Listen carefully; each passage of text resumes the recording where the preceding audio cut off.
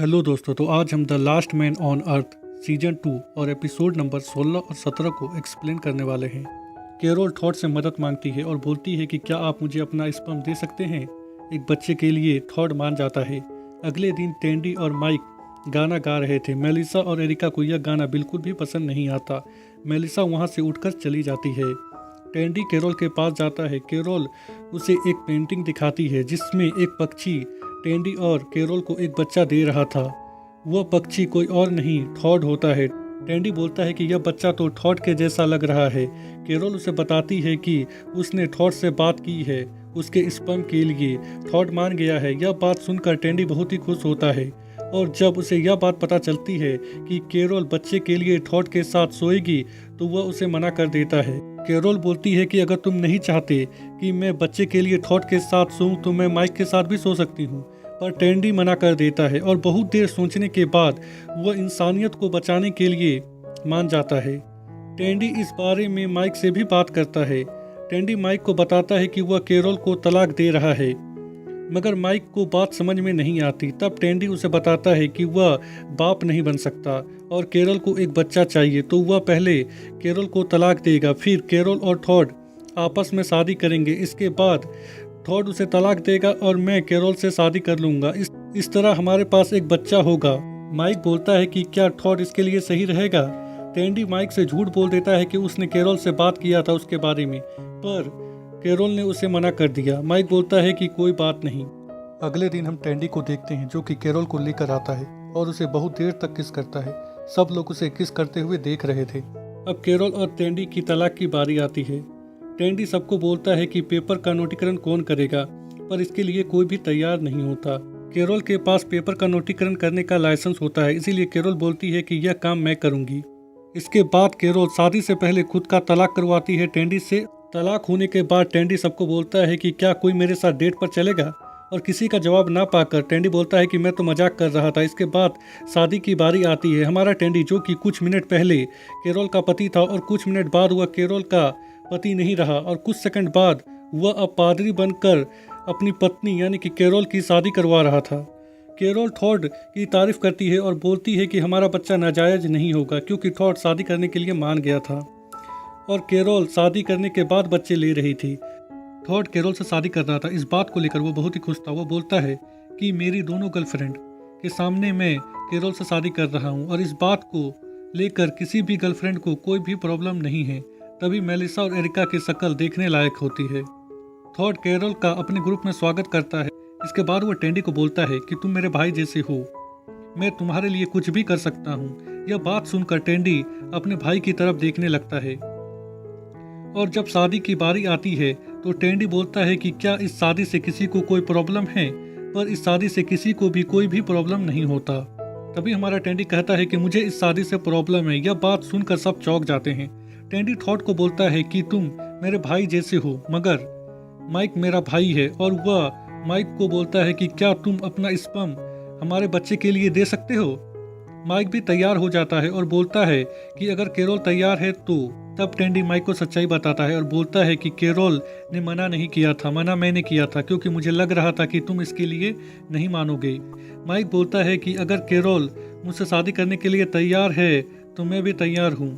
Carol बोलती है कि अगर मेरा पति चाहता है कि मैं माइक के साथ शादी करूं तो मैं तैयार हूं, और वो थॉड को सॉरी बोलती है। टैंडी थॉड को सॉरी बोलता है, कहता है कि तुम गुस्सा तो नहीं हो मेरे दोस्त। थॉड बोलता है कि नहीं, क्योंकि माइक तुम्हारा भाई है, और वह वहां से उठकर कुर्सी में जाकर बैठ जाता है। पर थॉड टैंडी से बहुत ही ज्यादा गुस्सा था। इसके बाद माइक और कैरोल की शादी हो जाती है। रात में ये लोग पार्टी कर रहे थे। तभी टैंडी की नज़र थॉड पर पड़ती है जो कि अकेले ही नाच रहा था। टैंडी उसके पास जाता है और उससे पूछता है कि तुम ठीक तो हो मेरे भाई। थॉड उसे कुछ भी नहीं बताता और बोलता है कि मैं ठीक हूँ।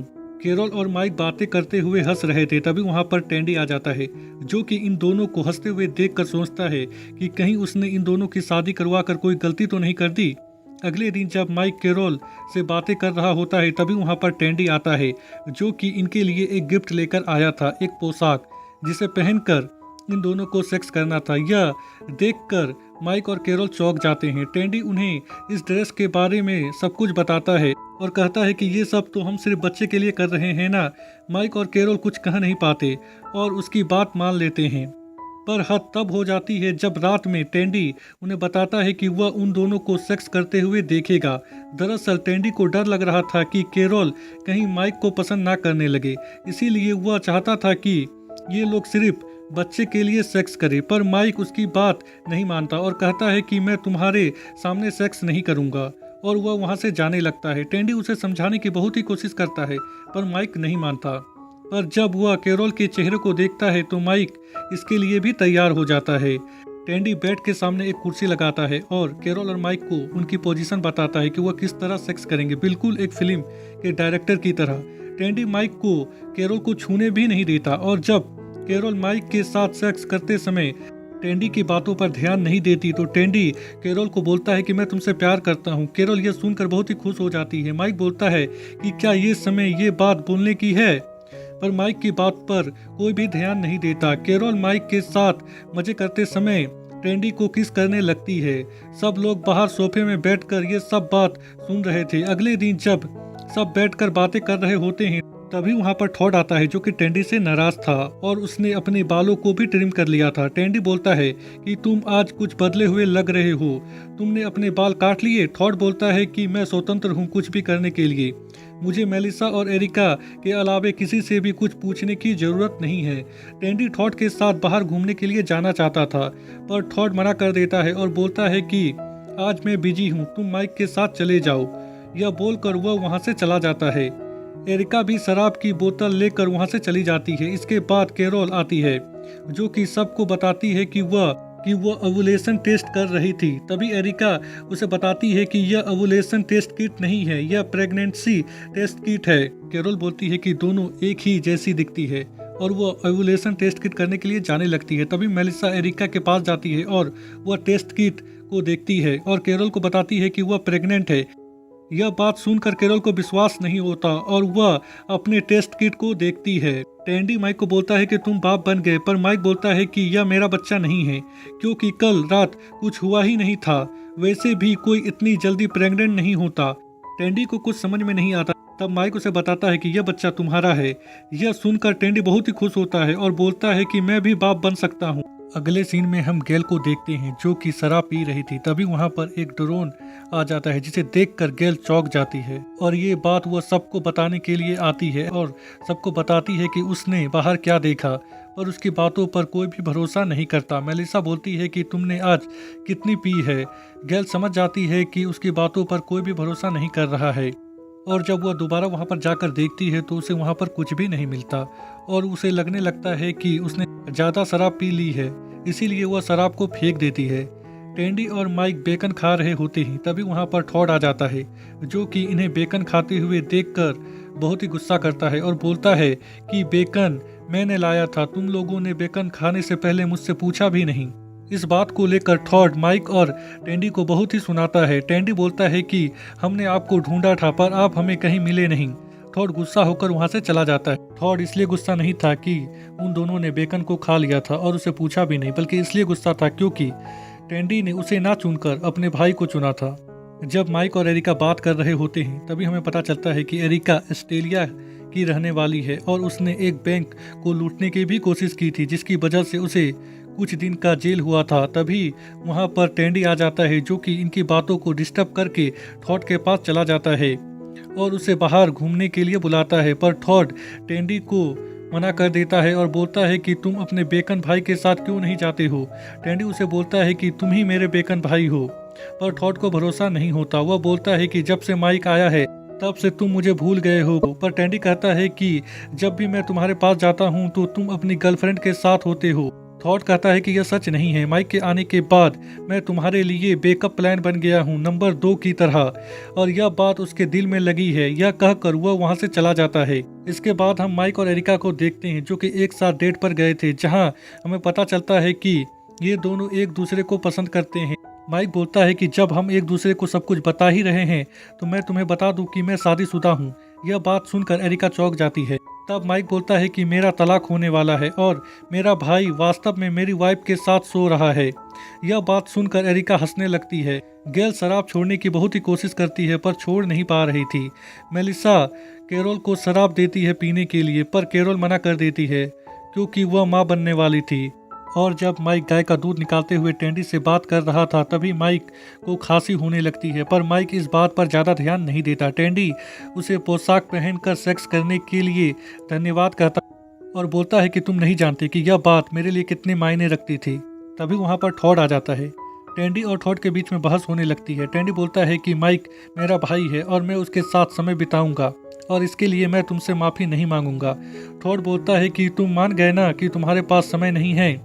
तभी टॉड की नज़र माइक पर जाती है जिसके मुंह से खून निकल रहा था। ये बात वो सबको बता देता है। टेंडी उन्हें समझाने की बहुत ही कोशिश करता है कि माइक वायरस से इन्फेक्टेड नहीं है, उसे बस कोल्ड है, पर उसकी बात पर कोई भी भरोसा नहीं करता। सब लोग उसे वायरस से इन्फेक्टेड समझ रहे थे। वहीं दूसरी ओर हम माइक को देखते हैं जो कि अपने कमरे में खांस रहा था और जब कमरे से बाहर निकलता है तो वह देखता है कि टेंडी उसके सामने सेफ्टी सूट पहनकर है, जिसे देखकर माइक चौंक जाता है। टेंडी माइक को अपने साथ लिविंग रूम यानी कि सोफा रूम में ले आता है जहां पर सब लोग बैठे हुए होते हैं। सब ने सेफ्टी सूट पहन रखा था। माइक उन्हें बोलता है कि क्या मैं सच में वायरस से इन्फेक्टेड हूँ। टॉड बोलता है कि हाँ, पर टेंडी माइक को समझाने की कोशिश करता है और बोलता है कि ऐसा कुछ नहीं है। इन लोगों को आपके अंदर एक वायरस का छोटा सा लक्षण दिख रहा है, बस इसीलिए ये लोग अपनी सेफ्टी के लिए ऐसा कर रहे हैं। इन लोगों ने माइक के लिए एक सोफा रूम में प्लास्टिक का टेंट बनाया था ताकि माइक अकेला महसूस ना करे और ये लोग वायरस से इन्फेक्टेड भी ना हो। माइक उस प्लास्टिक के अंदर चला जाता है। माइक को यह सब चीज़ अजीब लग रहा था, इसीलिए टेंडी यह बोलते हुए कि माइक अब प्लास्टिक के अंदर है और उसे जुकाम से ज़्यादा कुछ भी नहीं है, यह बोलते हुए वह अपनी सेफ्टी सूट को उतार देता है और बाकी लोगों को कहता है कि मैं अभी भी ठीक हूँ और वह बाकी लोगों को भी ऐसा ही करने को कहता है, पर कोई भी माइक की बात सुनकर अपना सेफ्टी सूट नहीं उतारता। अगले सीन में हम माइक और एरिका को देखते हैं जो कि बातें कर रहे थे। माइक बोलता है कि तुम्हें पता है ना कि मैं बीमार हूँ। एरिका बोलती है कि हाँ, पर टेंडी के अनुसार तुम्हें कोल्ड हुआ है। इसके बाद ये दोनों एक दूसरे को किस करते हैं। यह देखकर सब बहुत ही खुश होते हैं। तभी वहाँ पर मेलिसा आ जाती है जो कि सबको अपने साथ आने को कहती है और जब ये सब मेलिसा के साथ जाते हैं तो देखते हैं और वह गाय जो कि इनके पास थी वह मर चुकी है और उसका एक बच्चा है। मेलिसा कहती है कि क्या माइक इस गाय के पास आया था। टॉड उसे बोलता है कि हाँ, सुबह दूध निकालते समय जब माइक को खून की उल्टी हुई थी तो वह गाय के पास ही था। मेलिसा कहती है कि माइक को यहाँ से जाना होगा। टेंडी उन्हें समझाने की बहुत ही कोशिश करता है और बोलता है कि 6 घंटे में वायरस की वजह से गाय की मौत नहीं होगी, पर टेंडी की बात पर कोई भी भरोसा नहीं करता और ये लोग सब माइक को घर से बाहर निकालने के लिए चले जाते हैं। और जब ये लोग जबरदस्ती माइक को घर से बाहर निकाल रहे होते हैं तो माइक को कुछ समझ में नहीं आता कि ये लोग ऐसा क्यों कर रहे हैं। तभी वहाँ पर टेंडी आता है जो कि इन्हें कहता है कि अगर तुम लोग माइक को घर से बाहर निकालना चाहते हो तो मुझे भी घर से बाहर निकालना होगा। मेलिसा टॉड को टेंडी को भी घर से बाहर निकालने को कहती है और जब टॉड टेंडी की तरफ आगे बढ़ता है तो टेंडी उसे रोक देता है और कहता है कि मैं तुमसे बहुत ही प्यार करता हूँ, पर तुमने अगर एक कदम भी आगे बढ़ाया तो मैं तुम्हें छोड़ूंगा नहीं। माइक मेरा भाई है, मेरा खून, और वह वायरस से इन्फेक्टेड नहीं है, उसे बस कोल्ड यानी कि जुकाम हुआ है। यह सुनकर सब वहाँ से चले जाते हैं एक नए घर की तलाश में जहाँ ये लोग आज रात बिता सके।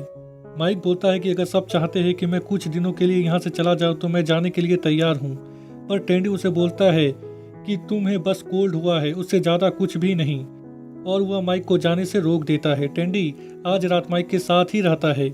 ये लोग अपने पुराने दिनों को याद करते हैं और फिर गाना गाने लगते हैं और गाते गाते सो जाते हैं। अगले दिन जब टेंडी उठता है तो वह देखता है कि माइक यहाँ पर नहीं है।